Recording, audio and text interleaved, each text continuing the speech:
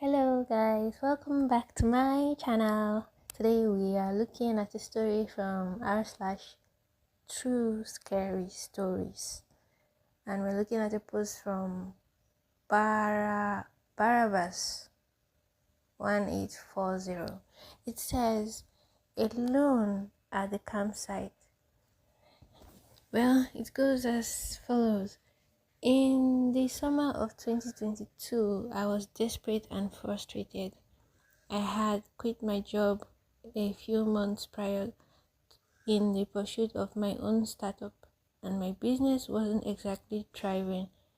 After 6 years of IVF treatment, my wife had just blessed me with a daughter early that year, and while I was elated to be a father, the stress of being a dad, the financial pressures from the clinic, and the weight of being the sole provider for my family had taken some significant toll in the recent months. As summer approached, I decided I needed a week away from clearing a week away to clear my head and get back into the grind. I decided to take a 2-night trip, just me and our dogs, to a lake off an old logging road about 2 hours from home. It was one of my favorite spots, and I knew the woods there quite well. I packed my things, leashed the dogs, 2 blue heelers, and set out early one Tuesday morning. When I got to the trailhead, the parking lot was empty. Middle of the week, I was stoked to be alone.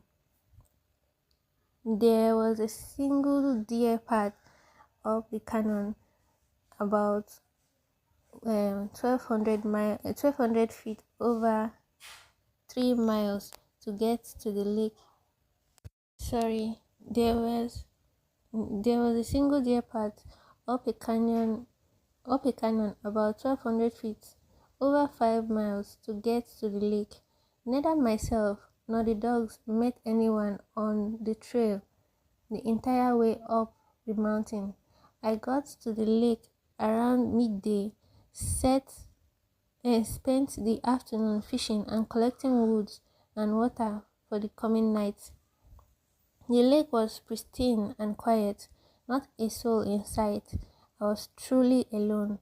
Aside from the dogs, I found a flat spot on the east side of the lake where the vegetation cleared and I could set up a tent, and made a small camp about 30 yards from the trail.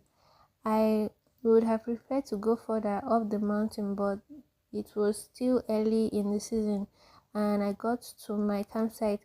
The rest, and when I got to my campsite, the rest of the trail was too snow-packed to continue any further.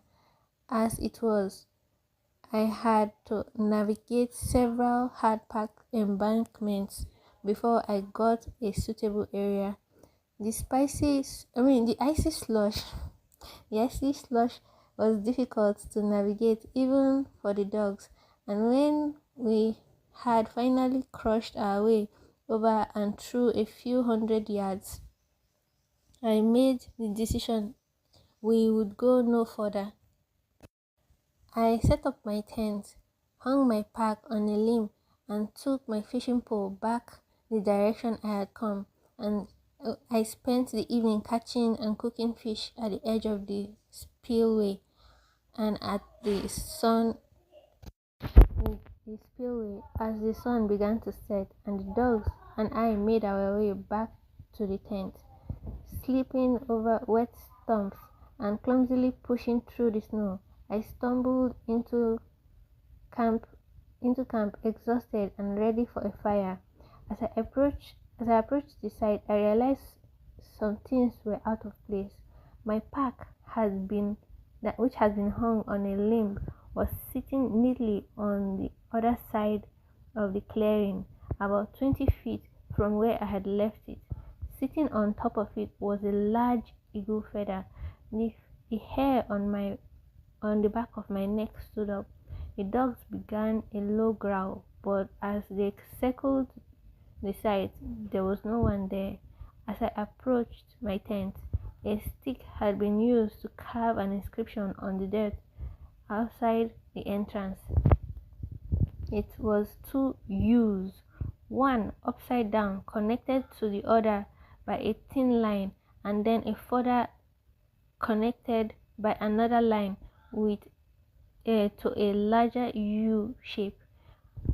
I would describe it as a Native American petroglyph in the shape of a bird or an eagle, uniform, symmetrical, and above all things, fresh. Someone had been there, someone neither I nor two very distrusting dogs or my two distrusting dogs had seen, heard, or smelled. Someone who had left no footprints through the snow and mud. Someone who had not passed us on the trail, or whose car has been parked at the trailhead. My stomach dropped. I felt a presence of being watched, but I couldn't tell from where.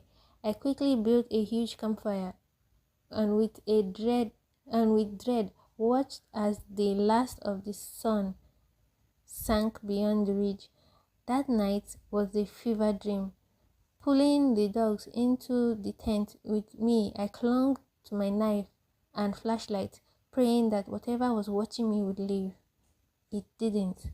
Throughout the night, I was periodically awakened to a variety of sounds: yells, shrieks, the snapping of branches. The dog would sit up, growl, bark until I would open the screen of the tent and shine my light into the forest.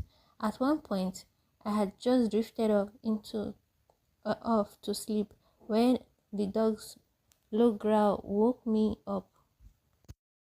Thinking I might have the drop on whatever it was, I slowly unzipped the tent and leaned out with my flashlight. Taking a breath, I clicked it on. Standing just 3 feet from me was a doe and her calf. I scanned across her. An entire herd was in the sight. As my dogs lost it, the deer spooked and sprinted back into the forest. A crushing and trampling noise as several dozen deer evacuated the area. As it faded, I heard laughter. The deep laughter of a man turned into crying as it escalated, then sobbing, and then to deep growling, much more boisterous than anything my dogs could make or even a bear could produce. I held the dogs tightly. Sleep eluded me for the rest of the night, and as soon as the sun peaked into the valley, I packed my things and left. I have never been so terrified in my life. Has anyone experienced something similar? It has been 2 years and I can't make sense of it. I need answers. That is spooky. It is scary. How can someone walk in the snow and not leave footprints? How was the person jumping from tree to tree? At least there will be like loose tiny twiggy branches that will fall from each tree, right? And unless those trees are like really close together, which will make it impossible for this guy to set his camp. I don't think it's done. Or maybe the person had been on a tree, but it's still the season of snow. But since he said it's like early summer, which means the snow should be melting, which means it's not supposed to be snowing anymore, right?